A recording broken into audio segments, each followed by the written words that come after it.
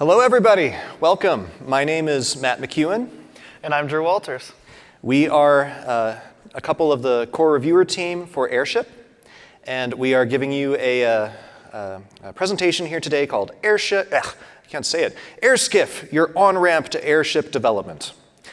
This is the, I believe, the last talk of the day.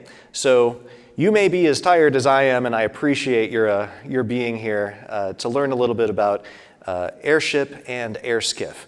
This is a little bit more of a development-oriented talk. It is going to focus on setting up a development environment and setting up a CI environment, as well as a little bit about how these different Airship components work together. First, just a little bit of an overview of Airship. You probably already know this, or else you wouldn't be here.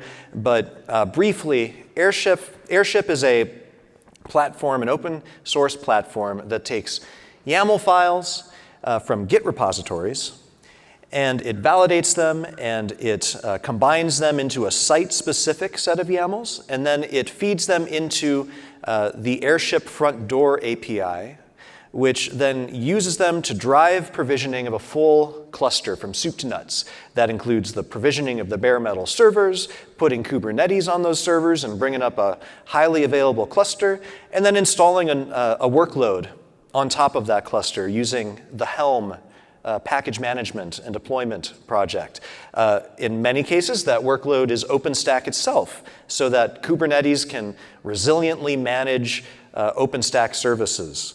But it doesn't have to be OpenStack. This is a general purpose platform that can be and is used for various Helm-based workloads. That's sort of the criteria, is it has to be something you can deploy via Helm, and then if that's the case, you can use Airship with it. So what is this Airskiff thing? Airship is a complex platform. It's been tough in our experience. It's been tough to get started, and we wanted to make that easier. Airskiff is sort of the use cases for it, the motivations for it were first off to be able to spin up most, if not all, of Airship on your laptop, and ideally on bare metal rather than inside of a VM, so that you have a little more transparency into it. As well as to have a lightweight, continuous integration gate for Airship. So it's a way to take maybe the 2/3 of Airship and then integrate it, deploy it, and make sure it works right. That's good for developers, and it's good for gates. As for why that is, that it can be challenging to do this. Well, first off, it can be difficult to test bare metal provisioning software on your laptop, right? Because if you are doing it on bare metal, well, there goes your laptop. There are plenty of ways that you can test bare metal provisioning, but if you're working on something else, maybe you don't want to test the bare metal provisioning part. So cutting that out helps in that situation. Also, hardware requirements, right? Some of the bare metal provisioning components, like in particular MAS, can be a little bit resource intensive. So taking them out also reduces the footprint that you need to have just on your laptop to be able to deploy these things. So you don't have to have quite as beefy of a laptop to run this subset of Airship, or maybe you don't have to close down all of your applications, Outlook or something. And then long deployment times. Again, if you are not focusing on the bare metal provisioning part or the Kubernetes provisioning part, taking those out just makes the integration and deployment process faster. So that's really nice, both for developers and for lightweight CI gates to be able to get feedback on your patches faster. And then how? So what Airskiff does, it's just shell scripts and site manifests. That's kind of the two things it is, and there's absolutely no magic in it. The shell scripts make it really easy to run the Airship commands to deploy your site locally, as well as to install a local minikube setup as a Kubernetes cluster that you can that you can run Airship on top of. And full disclosure, we borrowed both the inspiration for these kinds of gating scripts, as well as the literal script itself to bootstrap a Minikube cluster from the Openstack-Helm infra project, which does a lot of great work in that area. And so we borrowed the idea, and we actually delegate out to the Openstack-Helm infra shell script to set up Minikube. So thank you, Openstack-Helm, for that. We then bootstrap the Airship components with deployment scripts, like I mentioned. However, that bootstrap process does use a similar process to what is used, in real life, which is to use Armada from the command line to deploy kind of a small bootstrap cluster.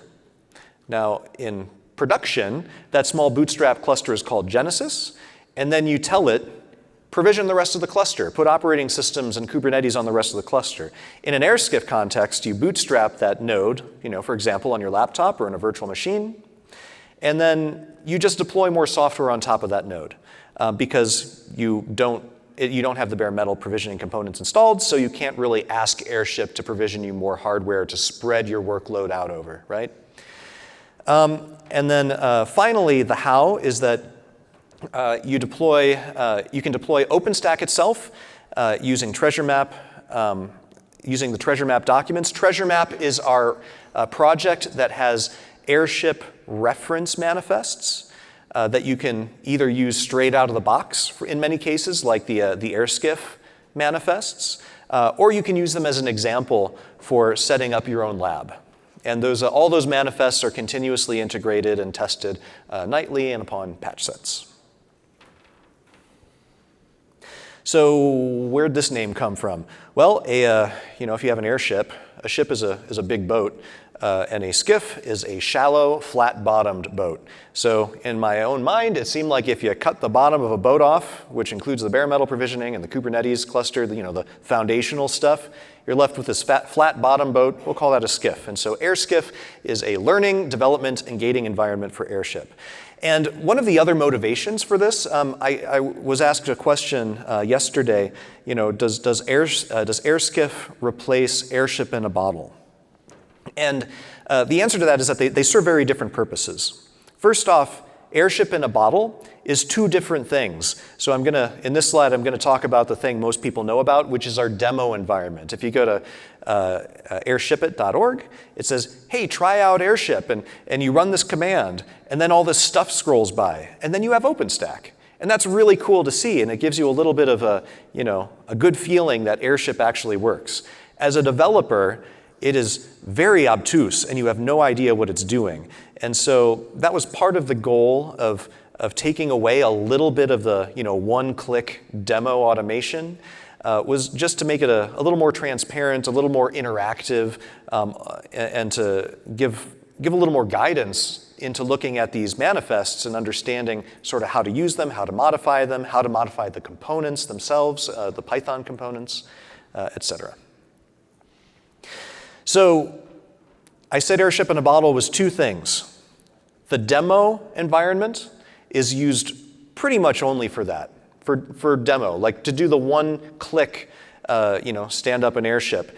The development team for Airship doesn't use that very often for development purposes, because again, it is a little bit kind of obtuse. Is that the right word? Obtuse, I think is a good word. And it doesn't really lend itself to a development workflow. However, there is a different set of manifests within the Airship in a Bottle project called the multi-node gate. And those scripts are incredibly important to the development team because that is the first and best way to stand up a real-life full-fledged Airship cluster. And that does include bare metal provisioning. You typically run it inside of a VM.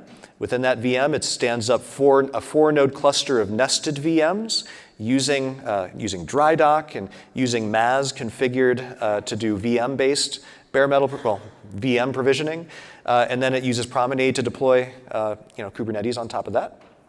And so it's a great tool for doing the full stack from a development perspective.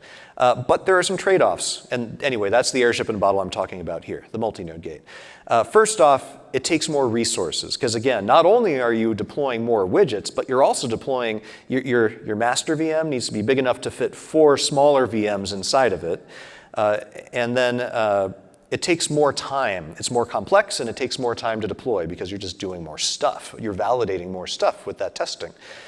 So it tends to take a minimum of 20 gigs of RAM and deployment times of typically more than an hour. Airskiff, on the other hand, again, it skinnies that down to just one node. It doesn't have to be inside of a VM. It doesn't launch any sub-VMs either way.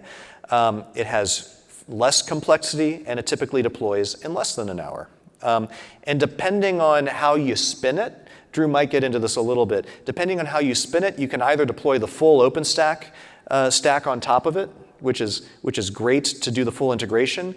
But if you're just focusing on the Airship pieces of it, like we do in our validation gates that we use Airskiff in, you can also deploy much lighter weight workloads. We deploy Memcache. We deploy the Memcache-Helm chart as our workload on top of Airskiff because you sort of figure if you can deploy Memcache, which is very small, then by the what's the principle?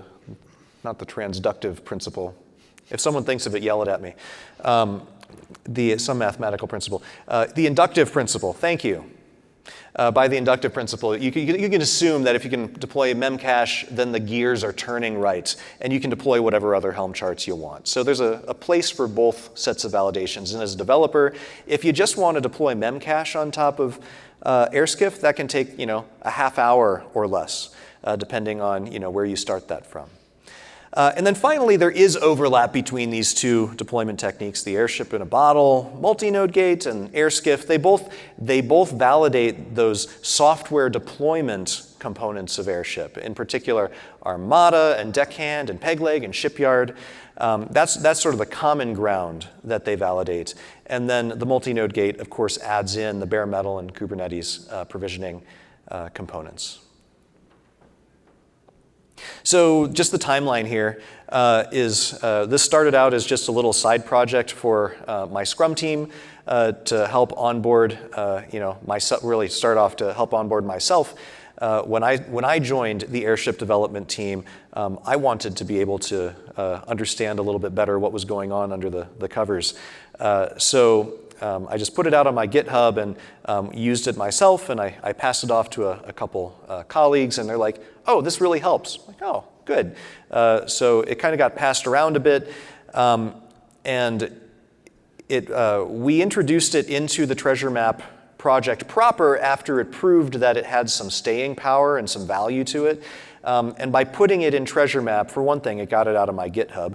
And for another thing, it serves to align all of our reference manifests and kind of CI/CD stuff to validate and run our reference manifests into that one project. So that's kind of your one-stop shop for manifests, tooling to deploy them and interact with them and validate them, as well as documentation for them. The documentation it lives in that project as well. Then in December, we started introducing the CI gate. In March, we introduced Minikube, which cut down on the time it took to spin this up on a developer workstation. And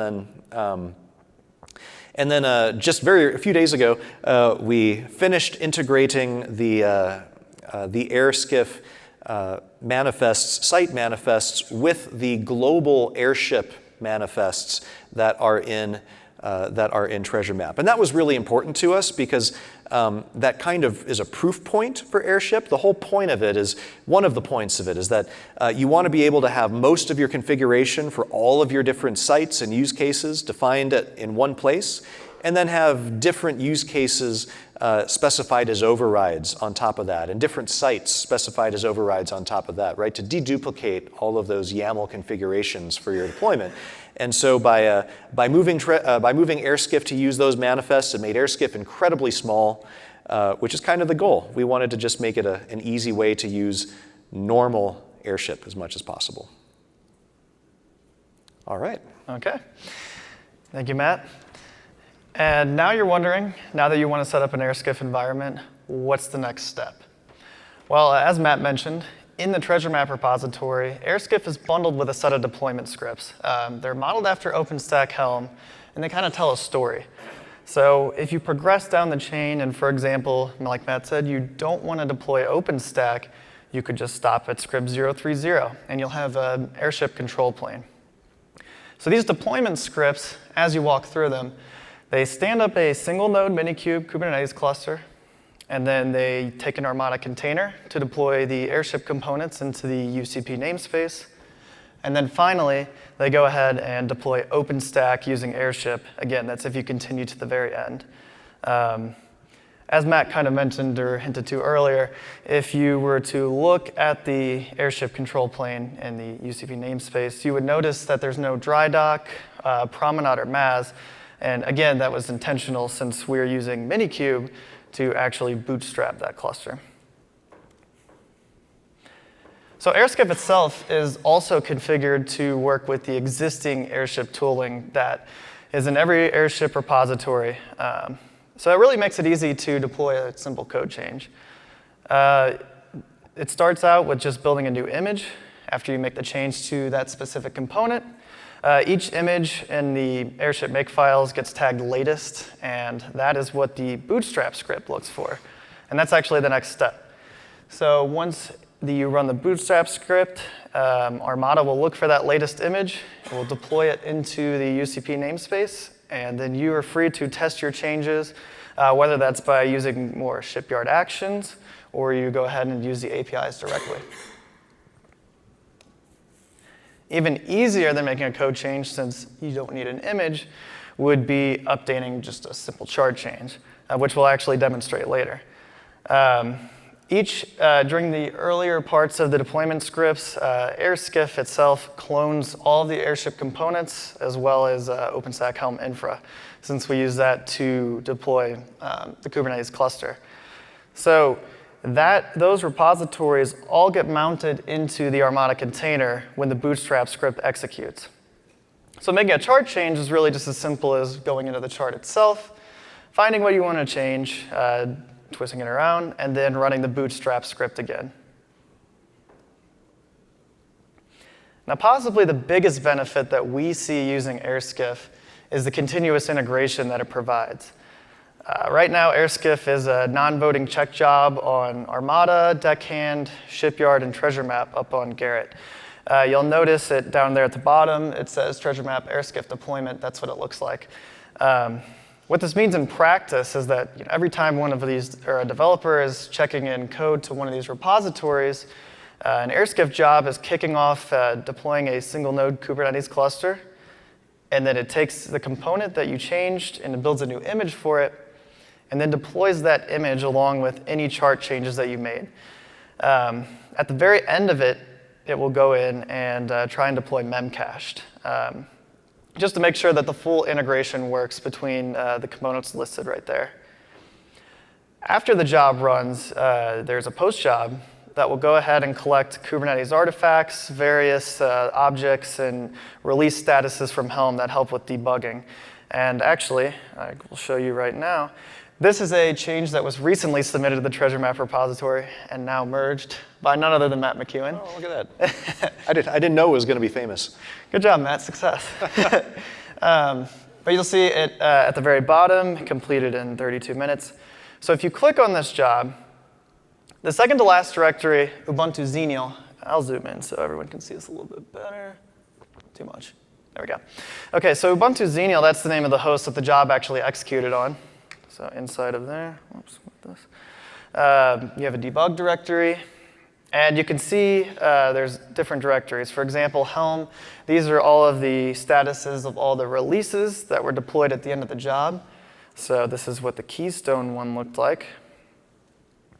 Going back up a level, in the objects, say you wanted to look at an ingress document in the UCP namespace, we'll go ahead and pick Armada. This is what it looks like. And similarly, you can go through pod logs But I think the most helpful one here at the bottom is actually just, zoom back out, a listing of all of the state of your cluster basically at the end of the job. The important thing to notice is that each pod on there is scheduled to the same node, and it's Minikube, once again. Just a helpful thing to look at to get the whole big picture after the job runs in case you're not sure where to start. So as promised, we've prepared a demo for today. It's going to be a simple chart change. What we really want to get out of this is just to show how easy it is if you're getting started and you want to realize a simple change and kind of get used to the developer workflow and what it feels like to start contributing to Airship. So we'll go ahead and change the replica count to scale the Armada API. It's currently running with 1 replica. We're going to make it 2. Really, if you're not too familiar with Helm charts, this is just going to be a matter of going into the chart that's defined for Armada. In the values file, or in the values section, rather, there is a replica count right there. We'll just adjust the number and rerun the bootstrap script. Alrighty, I think everyone can see that. Like I said, we got a running Kubernetes cluster right here. You can see the normal offenders are there. You can see some of them have Minikube appended on the end, but for anyone who's a skeptic, let's just do a Minikube command to see what it looks like. Oops. All right, so it's running, correctly configured. One more thing I'd like to point out, we'll do a kube control get nodes just to see what we have in the cluster. Again, it's that 1 node Minikube. It's ready. So let's go ahead and take a look at the Airship control plane. That'll be kube control get pods for the UCP namespace. And it's a little big, so you can't see everything. But if you scroll up, the important thing to notice is that 2 things. Armada is running with 1 replica. As we said, we're going to change this in the demo. And number 2, I just want to point out that you won't see dry dock, promenade, MAZ, and there's no diving bell as well. So none of those components have a play in this demo. All right, so as for making the site change, like I said, we have to go into the chart for Armada, find that point in the values, and actually edit that.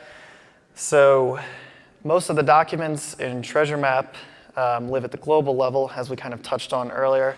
And then there's a type level, and the Airskiff site inherits from that. And at the very lowest point of that hierarchy of documents, the Armada chart itself is living at the Airskiff site. And that's where the replicas are currently being overridden down to 1 to decrease from the globals where it's running as 2 replicas. So we'll go in there. Each site has a different directory, so we'll go into the Airskiff one. Charts are generally located in the software charts directory. And we're changing a chart in the UCP namespace, so that's where you'll find it. And all the way down to armada.yaml. And you can see it's a pretty simple override. We're just replacing what's available at the source level, or at the global level.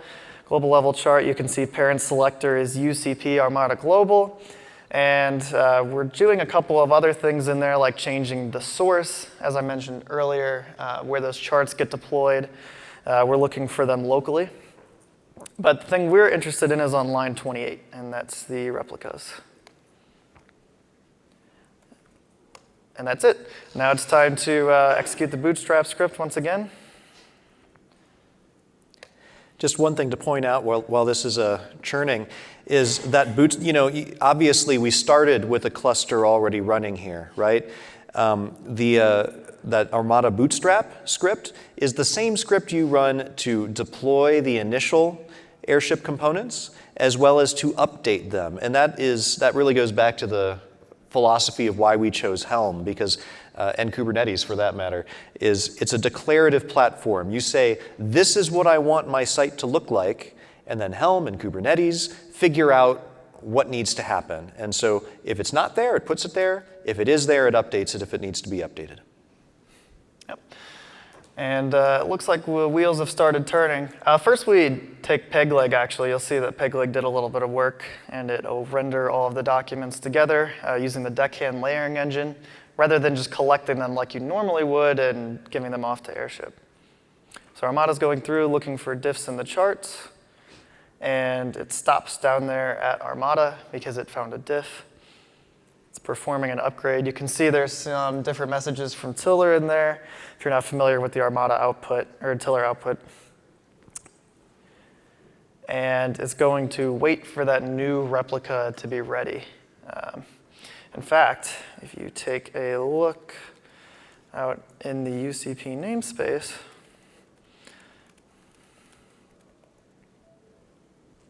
it's already running, so Armada's probably done waiting. You can see there's 2 replicas out there. Yep, found diff just for Armada and took action upgrade. So now another thing we would like to verify too is what does Helm see, since we submitted this in there. So if we do a Helm, let's see, Helm get values. The release name for this is prefixed with Airship, and it's UCP Armada. You'll see down there at the very bottom, again, our replica count is bumped to 2, and now we have 2 replicas in the cluster. And that's all there is to making chart changes in Airship, or Airskiff. It is really easy, guys. It's just a few shell scripts. It's not hard to run Airship on your laptop. I invite you to do it. And this guy here just wrote some really nice documentation for how you can get started with it. So if you go to our, do you have a link to it later, a URL to it later? Airship-treasuremap.readthedocs.io. It's also linked to from our wiki, etc. There's a guide there. So future plans. Again, we've tried to make Airskiff as small as possible. Oh, question, yes? So when you say you can run on your laptop, yeah. 16 gigabytes, 32, 8, 4, can you be a little more specific? Sure. Well, for one thing, it also depends whether you are running OpenStack on top of it or not. But if not, is that where we got 12 gigs from? 12, yes. 12 gigs is what we would recommend for a basic software deployment Airship control plane. You could do that in VM as well? Yeah, absolutely. So future plans.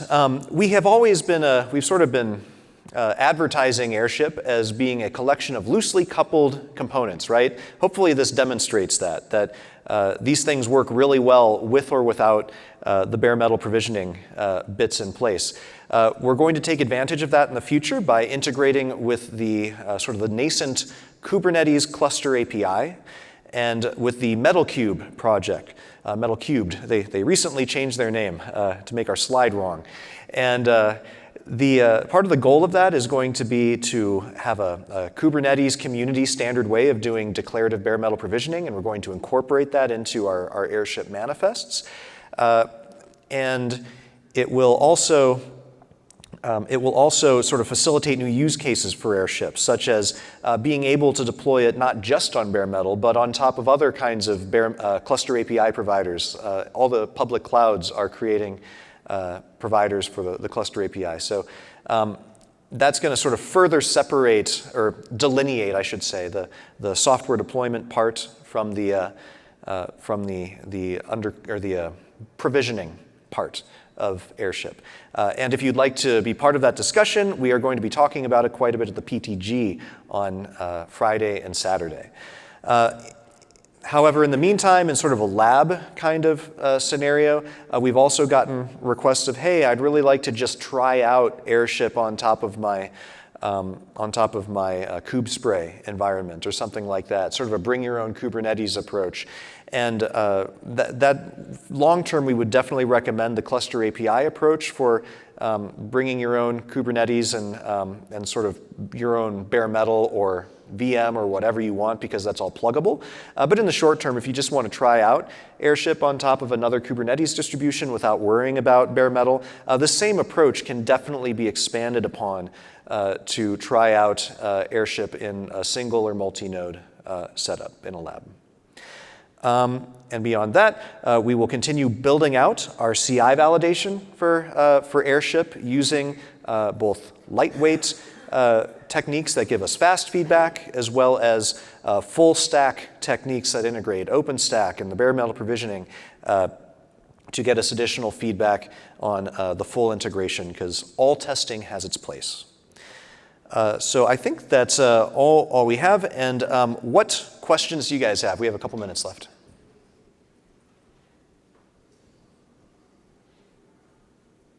While you're thinking of awesome questions, I'll also point you to, we have our IRC channel up there, #AirshipIt. We have our airshipit.org website and our mailing list. Please, if you're interested in contributing or using, please come tap us on the shoulder in our IRC meeting weekly, which you can get from our wiki, or in the room anytime. Any more questions? All right, thank you very much. Appreciate your time. Thanks for coming. Thank you.